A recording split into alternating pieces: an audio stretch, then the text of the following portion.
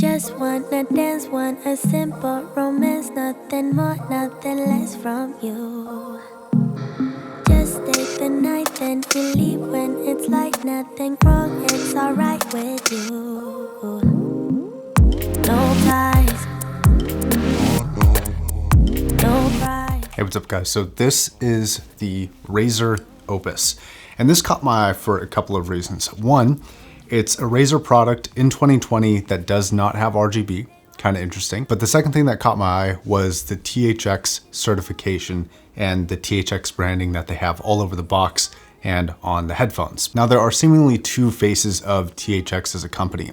There's the THX certification side of things, and then the THX side of things that actually builds and develops technologies like the THX AAA line, which for amplification is honestly nothing short of, I think, revolutionary in the space. But when it comes to the certification side of things, to be perfectly honest, I have very little to no respect for that certification. To me, it's kind of the equivalent to having a JD Power and Associates award. It really doesn't mean a whole lot. There are systems that have THX certification that sound, in my opinion, pretty awful, and systems that sound pretty decent. But to me, it doesn't really seem to be consistent across the board. Now, the Opus is coming in at a $200 price category, which is fairly interesting. This has a build that is suspiciously XM3-like, but it also slightly reminds me of the THX Drop Panda, which actually is a bit different than this for a couple of reasons. So with the Panda was actually driven by THX amplifiers. This is not driven by THX amplifiers. So they're getting the other side. They're just getting the certification. So they went through the certification process from THX to get this. Now, while this is not directly competing with the Panda in a lot of ways, that being one of them, and the price range, the Panda being $400, this is only $200. This does offer some other features that is not on the amplification side. So this is very much trying to be what I would consider a mid-range active noise cancellation option in the market today. And I want to give you my first impressions about it. So I think the first thing to go over is the unboxing experience, which actually is fairly nice. You get a decent box in it. I do actually quite like the carry case. It's very hard and rugged, and it seems to fit everything nicely in a slim package. Now, this is definitely not anything revolutionary or anything like that. It's been in the market with a number of other headphones, but this was a good iteration of that, and it does feel quite premium.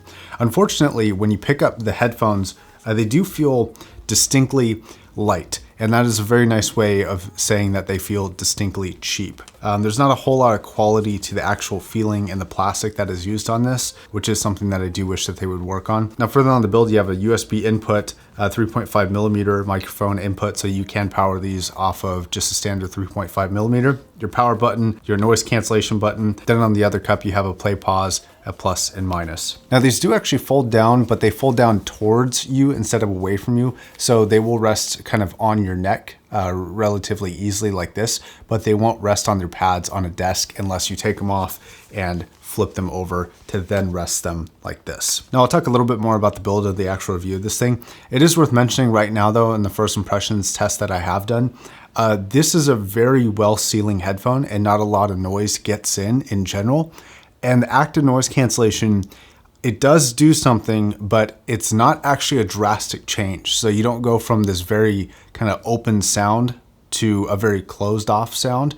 It's kind of already a really well sealing headphone, and that was actually a pleasant surprise. This thing actually seals so well that I don't even think you would necessarily need ANC unless you're on specifically a plane or in a car. But just kind of general soft ambient noise like at an office, I think that this is gonna block out just fine without the ANC. So this does come with an app that you can monitor things like the battery life and make a couple equalizer adjustments. However, you have to choose between specific presets, and I do wish that you could actually make physical adjustments yourself. You have a THX preset, an amplified preset, a vocal preset, enhanced based, and enhanced clarity. Now, between all three of these, I think my personal preference is the THX preset, and it doesn't seem that you can turn a preset off, but I do think that the THX preset is the baseline performance. Although it will do some more tests with the 3.5 millimeter, which I haven't yet done for the actual full review, and let you know if there's a difference between the THX preset via Bluetooth and the 3.5 millimeter sound quality. Now, a quick note here, the difference between the amplified and the vocal performance I actually find the amplified to be a better vocal EQ than the actual vocal performance. The vocal performance seems to dip down the vocals of the music quite a bit, and it brings up kind of the background and some of the mid bass from lower-ended vocalists, yes, but primarily instruments and background music, whereas the amplified version seems to enhance specifically the general frequency range of typical humans, and that actually, to my ears on this particular headphone, sounds better for vocals. So then there is the actual sound signature, which I will say is more balanced than I expected, though not fantastic, for a couple of reasons. One, when you have no noise on, whether the active noise cancellation is on or off, just if you have the device on but you're not actually playing anything through it, there's a noticeable hiss. And this is actually something like headphones like the Drop Panda were actually able to mitigate with really good amplification also coming from THX. So this does have a bit of a background hiss in it. With the THX Equalizer preset on this, this is not what I was expecting from Razer. I was kind of expecting a very bassy experience. And even with the bass EQ adjustment on here, I'm not really getting what I would consider to be a typical Razer sound signature out of this, which I'm actually quite proud of them for pursuing something new and in a direction that I actually think is better from a audiophile perspective. Now, I also think that it's worth mentioning that I don't listen particularly loud to most of my headphones, and I'm maxing this thing out. So the actual amplification and volume scalability is not the best on this. This is something that might be able to be improved depending on the amplifiers in here, and if they have some sort of limiter already, it might be able to be improved via a software update. It's also worth mentioning that actually on their app, there's a number of functions that I think could be controlled via the app that are on the headphone, but you can't, like play or skip or volume up and volume down. I mean, you can control that with the buttons, but I do feel like it'd be really easy for the app to be able to do that as well. And because the power button and the A and C button are on the same side and pretty kind of close in proximity, same general shape for their buttons, it'd be easy to accidentally press the power button. Don't ask me how I know that.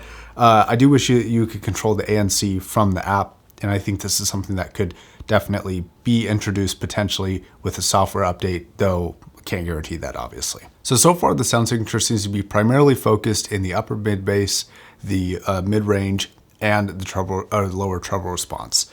It doesn't have a whole lot of what I would consider to be real finite details or timbre characteristics that seem to be particularly standing out. However, it is a pleasing sound signature. It's definitely not an offensive sound signature. And because it doesn't get very loud and it's not very bright, I actually consider this a fairly safe sound signature to listen to. You can put this on anybody's head and it's not particularly offensive in any way. It's just kind of generally easy listening. Unfortunately, it doesn't really offer much more than that. Now, in the review, I will, of course, be more thorough in the sound signature once I've tested this on some real amplifiers and gotten to break this in and really done some testing back and forth. It's also just a couple days after this come out, so it could be something that they could update the software on and potentially make this sound a little bit better. Now, actually, regarding that, I do have a couple things I want to talk about. So with these Bluetooth headphones that have apps and have companies willing to update those apps, one potential good thing about a headphone like this is that it can go from something that doesn't sound very good when you first get it to something that actually sounds really, really good over time. Of course, the opposite can also happen, as we saw with the Bose Quiet Comfort 2s, I think they were, where they came out with the Bose 700s, and then all of a sudden they had an automatic update for the Quiet Comforts, the QC35s, and everyone complained that they sounded bad after that.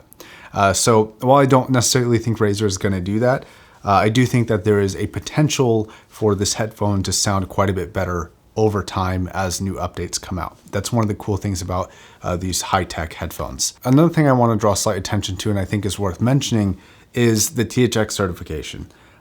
They may have it listed somewhere, but I'm not able to find it on their website. But I don't know what their certifications are. Like, they don't list what the actual requirements that have to be met from this are. And personally, I've heard systems that are THX certified that really don't sound good at all. And there are headphones that are THX certified. There are speaker systems that are THX certified. And another confusing part about this, just as a personal note, is I don't really see how something like some of the Logitech systems that are I've heard those, they don't sound that great. How that can have the same THX certification as an entire theater setup. Like, I feel like there has to be some standards and uniformity to make only certain types of things applicable. Otherwise, it just unfortunately seems a lot like what I mentioned before with the JD Power and Associates award, where JD Power and Associates, I believe, is pretty much just a marketing firm. I'm not claiming that's what THX is, because I do think they have to do actual testing and the companies have to pass. But it is something where I'm pretty sure you do have to pay for the testing. And because of that, you have all these companies who would technically qualify for certification, but they don't want the certification, or they're not willing to pay for the certification, or they just don't want to be associated with the THX brand, which under certain circumstances is actually completely understandable. Okay, I think that's it for the first impressions. Sorry, I went off on a little mini tangent down there, but that's the Razer Opus. So we'll be talking about this in a future video when I do the full review. And let me know any comments you guys have in the comment section down below. Thanks very much. My name's Josh, signing off.